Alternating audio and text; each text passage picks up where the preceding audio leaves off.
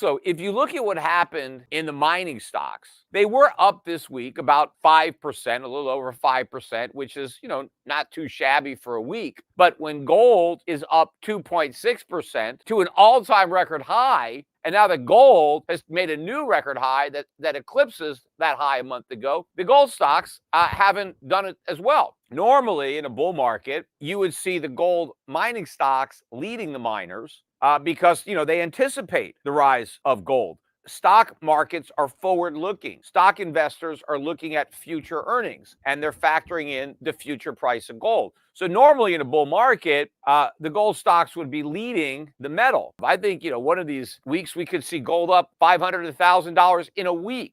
This past week, mining stocks rose by a little over 5%, which is decent growth. However, with gold prices up by 2.6% to a new all-time high, the mining stocks haven't performed as well as expected. Typically, in a bull market, gold mining stocks lead because investors anticipate future earnings based on the expected rise in gold prices. Stocks usually reflect future expectations, so it's unusual for the mining stocks not to outperform the metal itself during this time. Despite this, there's potential for significant future increases in gold prices, possibly up to $500,000 in a short period. Peter Schiff, an American financial commentator, author, and stockbroker, suggests that the key is to buy now rather than waiting for a lower price that may never come, as prices could soon hit $5,000. Despite rising mining costs and investor hesitation, mining stocks remain undervalued and have strong upside potential when gold prices surge. Gold mining stocks are currently very cheap, trading well below their 2011 levels when gold topped out at $1,900. These stocks won't stay this low forever, so it's a good opportunity to buy now. As of August 2024, gold prices have been rallying, with predictions that they could reach $3,000 per ounce by 2025. Barrick Gold Corp reported a strong second quarter exceeding earnings expectations, which led to a nearly 5% jump in its stock price. By the time mainstream investors start buying gold stocks, this week's 5% gain is insignificant compared to other stocks like Nvidia, which saw larger increases. I urge my audience to invest now before these stocks catch the mainstream's attention. Additionally, certain events could be particularly bullish for gold prices, though I'm not necessarily hoping for them. As we present clips from the video, please take a little time to like this video, subscribe to the channel, and turn on the notifications bell to be instantly notified every time we upload a video. Thanks for the support and enjoy the video.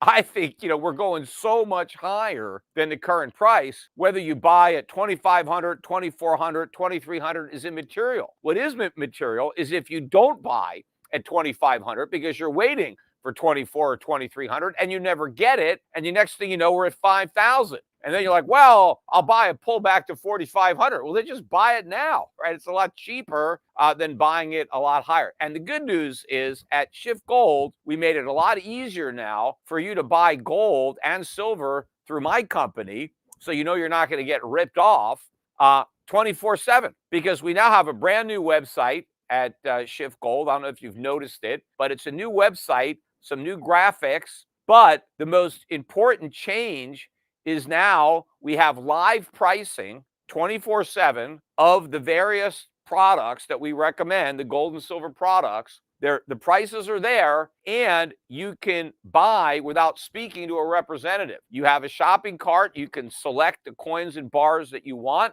You can load it into your cart, check out, and pay. Now, we're going to have more payment options rolled out soon, but right now we have some, and you can go online and just order your gold and silver. Don't wait until late Sunday night, Monday morning when you're competing with all the Japanese and the Chinese and everybody else. Buy right now while they're out, enjoying their weekend. We can still get some good prices on these coins and bars. So that's schiffgold.com is the website. And again, if you are a risk taker, which I am, you want to have more mining stocks because these stocks, again, are so undervalued relative to the current price of gold because investors are waiting for gold prices to fall. Plus, also, the cost of mining has gone up a lot. And every time one of these mining companies comes out and they miss their earnings because their costs are up, the stocks get absolutely killed, right? Any bad news and a stock gets decimated because that's how little conviction the gold stock investors have. They're so scared. And even when, you beat earnings, the stocks go up, but not nearly as much as they should. But I think what's going to happen when you get a huge move up in the price of gold, I don't care if the costs go up. It's not going to matter because they're not going to go up anywhere near as much as the price of the metal because there's so much pent up upside. The majority are below where they were in the year 2011.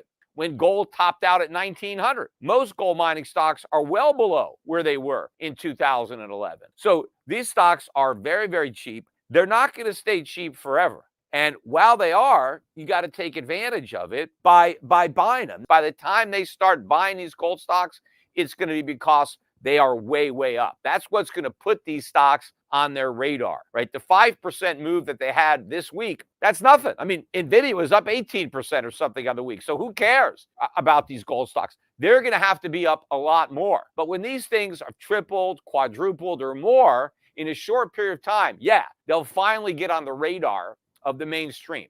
But I don't want my audience to wait until then. I want them to be fully invested by the time that happens. Now, one of the things that would be particularly bullish for the price of gold, and I'm not rooting for this, I'm just saying that it would be very bullish, would be if Kamala Harris were to be the next president. Free market capitalism is the only economic system that lowers the cost of living.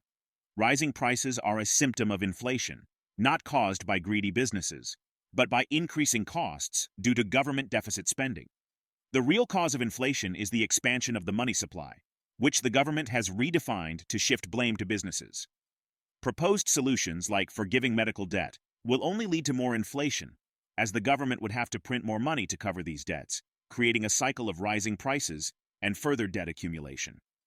As of August 2024, the U.S. inflation rate continues to cool, with the Consumer Price Index, CPI, showing a year-over-year increase of 2.9% in July, the lowest since March 2021. The government has been fueling inflation, which is why the price of gold is set to soar and the value of the dollar is expected to plummet. Although this outcome should have occurred sooner, it's only happening now because we've managed to delay the inevitable. We've convinced creditors to keep lending us money and the world to continue holding U.S. dollars and treasuries as reserve assets, which has allowed us to postpone the consequences. One reason to own silver is that it's real money that can't be traced, which becomes especially valuable when there are price controls. Silver's selling pressure has caused prices to soften, dropping as low as $26.59 in early August, after briefly touching above $31.75 in July. Price controls often lead to black markets, and this won't just be limited to grocery stores. Historically, when Nixon introduced price controls in the early 1970s, they had to be abandoned because they didn't work. Inflation worsened even as prices were being controlled. This is because rising prices are a symptom of inflation, not the cause. The only economic system that lowers the cost of living is free market capitalism.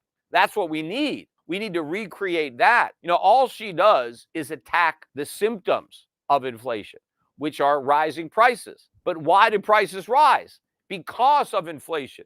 It's not greedy businessmen just decide to raise their prices. Their costs went up. And so they have to pass that on if they want to stay in business. Right?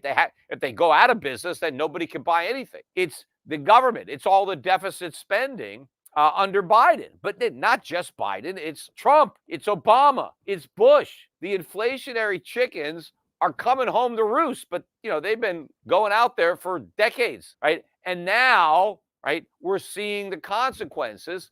None of these gimmicks are going to work. I've been warning about this on my podcast. I've been saying that price controls are coming, right? Nixon tried it. It didn't work. That doesn't mean Harris won't try the same thing or some other politician. They will, because you can tell in their rhetoric, they are blaming inflation on the people who raised the prices. Again, that's why they redefined inflation, which is really an expansion of the money supply. They redefine that as rising prices because that way they can blame the greedy businessmen because they raised the prices. If they were still defining inflation the way It used to be defined as an expansion of the money supply. How could you accuse the grocery store of expanding the money supply? They don't have a printing press. Once you understand the definition of inflation, you know exactly where it's caused. That's why the government doesn't want you to know what inflation is. They want you to believe that the consequence of inflation is inflation, so they can blame businesses for the price increases, even though they're the ones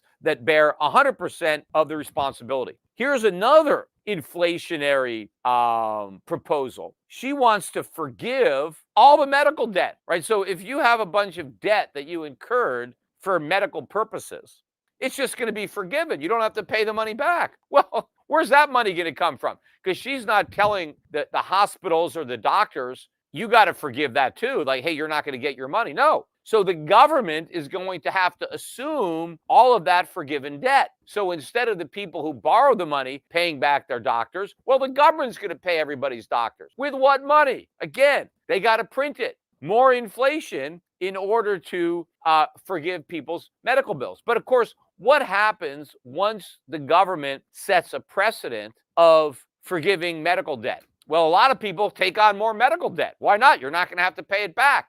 That's all the government's been doing, is creating inflation. That's why the price of gold is going to go through the roof. That's why the value of the dollar is going to go through the floor. All of this should have happened a long time ago, but it's happening now. And the reason it's taken so long is because we've been able to kick that can down the road. We've been able to convince our creditors to keep loaning us money.